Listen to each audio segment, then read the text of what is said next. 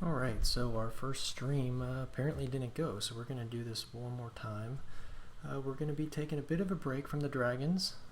We're not done with them by any chance. I love dragons. I think Avaricious Dragon is going to be great for Madness, so hopefully my dragon deck will be able to move into the new standard.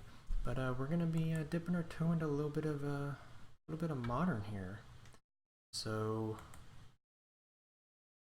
let's take a look here.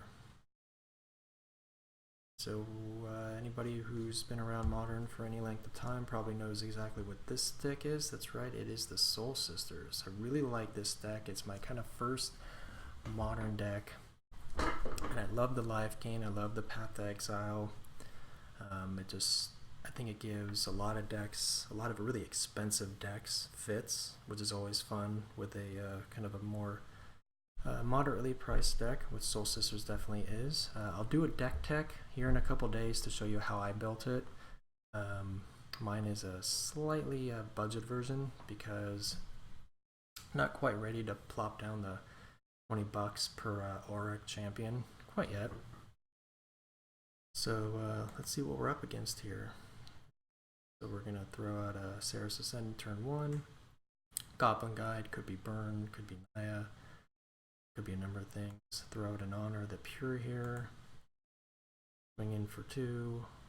And the great thing about Serra's Ascendant that a lot of people forget about is she's value even if she doesn't get buffed up. Why? Because she's got lifelink. You throw out an Honor the Pure, now we're basically matching each damage he throws out there. And eventually, we're going to pull ahead. So he swings in with the Goblin Guide. We get another Ghost Quarter. There's another Serra's Ascendant. Swing in, throw it in now. You'll notice the 2 Path to Exiles. Those are going to be very important here in a second. So he throws out a Legion Loyalist and a Reckless Bushwhacker. Now, this could be a little bit of trouble if we didn't have at least 1 Path to Exile. Because now he's swinging with 3, 7 damage, bringing us down to 13. We're going to get 4 of that back. We would be able to get 4 of that back because we don't have any other cards in hand. Still, that's a good chunk of damage. And if he throws out a Pile Driver, we'd be in real. So I'm going to throw out here, we're going to basically path his 2 big guys because Reckless Bushwhacker doesn't do anything after he's already on the field. So he's the least threatening. We're not going to block with the Serra's Attendant because Bushwhacker already has First Strike from the Legion Loyalists. And now we drew into a Ranger of Eos, which is excellent. Exactly what we would have wanted. We go get a couple sisters because we didn't have the sisters. We crashed in. Now look what we have here. 22-12. That's not where you want to be if you're on the other side of the table. They're supposed to be the ones pumping out the damage, yet we're not an aggro deck, and we're out racing them, which is pretty awesome. So he throws out Goblin Bushwhacker, and it's going to, when it enters the battlefield, if it was kicked, which it creatures you control get +1/+0 and gain haste. So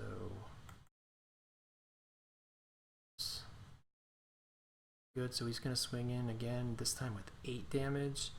He's going to swing in here with the Bushwhacker. I have no idea why he's going to do that. Because the Eos is going to die to either one of these. And that's not really what I want to do. He has no cards in hand. I have 4 cards in hand. I'm in no danger of dying. 2 lifelinkers out there. And I just cast my Ranger of Eos, so he's gonna know I just pulled in exactly what I want to pull in to beat this matchup.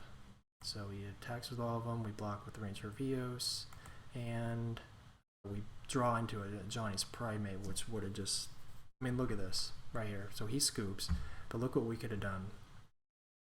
Throw out a Soul Warden. No, excuse me. Throw out a Primate, right? Throw out a Soul Warden. Throw out another Soul Warden. Yeah. It would have been over. So we won that game. He scoops.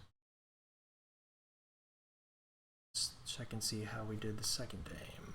So I want to show you what happened here. Right, so this was our first hand. Ghost Quarter, land, land, land, with only a Pride Mate and a Spectre Processions. Could it have worked?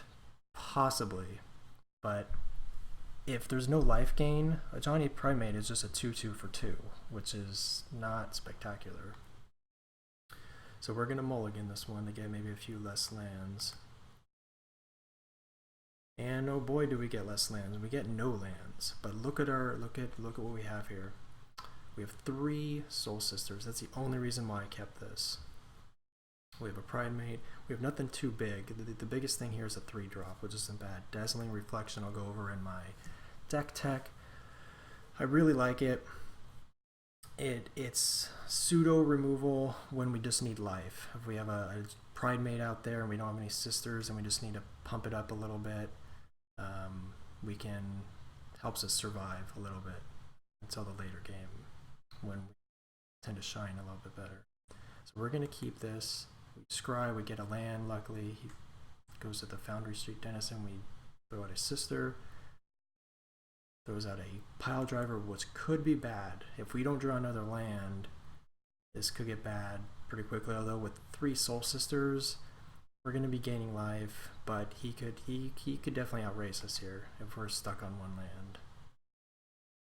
Swings in, we're not going to do anything. Throw out another sister.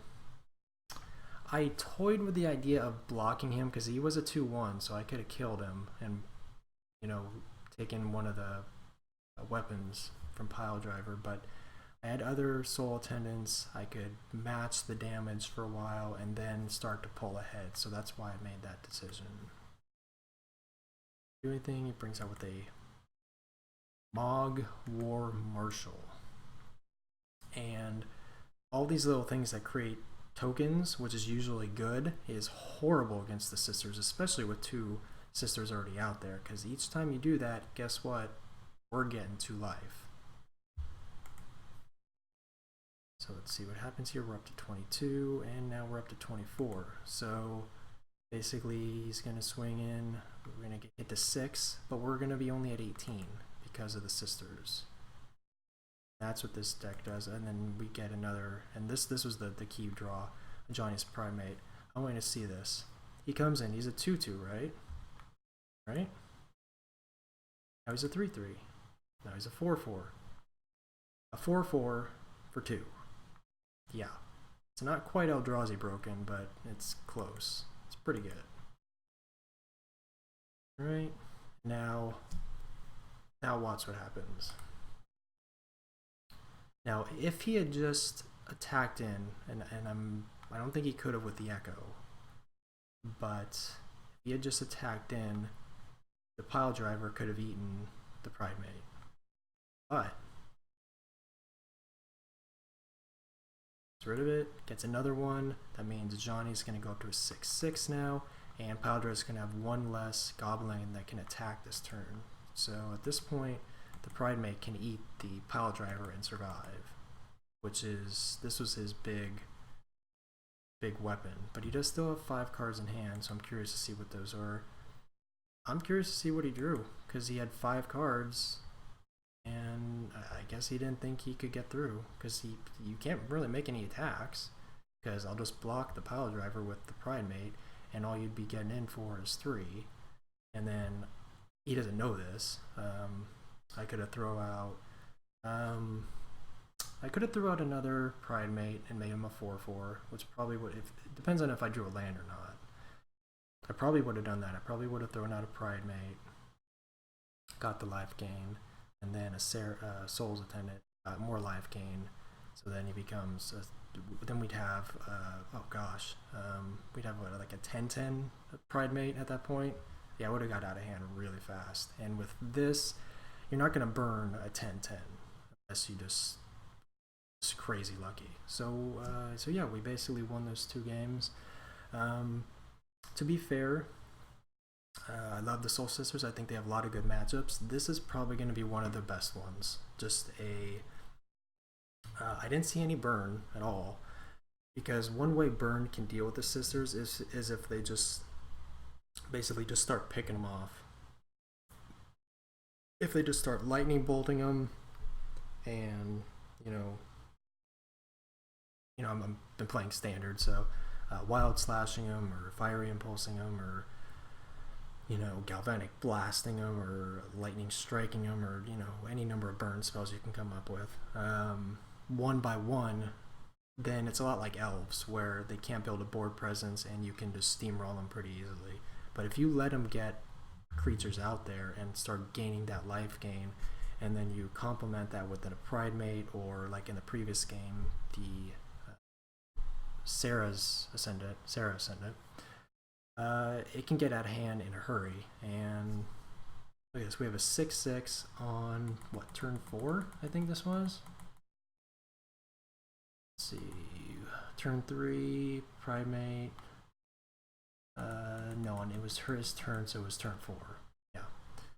So on turn 4, we have a 6/6 out there. That's what this deck can do. So that's Eldrazi level of good.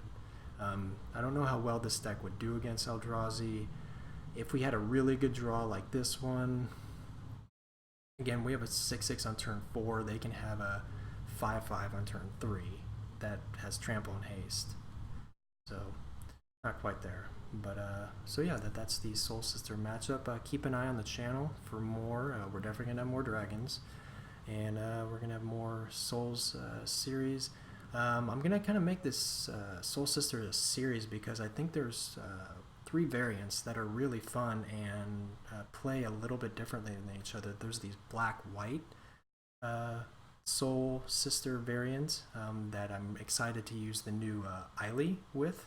I think she'd be really good in that matchup, and maybe throw in like a 1 or 2 of Sorin, maybe, the Sorin Solemn Visitor. And then there's the Boros version that you play with Norn the Weary, so he just kind of pops in and out and just pumps your life like crazy. You get a Pride Mate out there, and it can get huge in a hurry. But yeah, keep an eye on that, so that'll be in the future. But for right now, we're going to kind of stick with the mono white version, and then over time, because it is a modern deck, I don't have to worry about it rotating, and nothing's getting banned in this deck, so we're going to be seeing this for a while. So check it out, and I'll see you next time.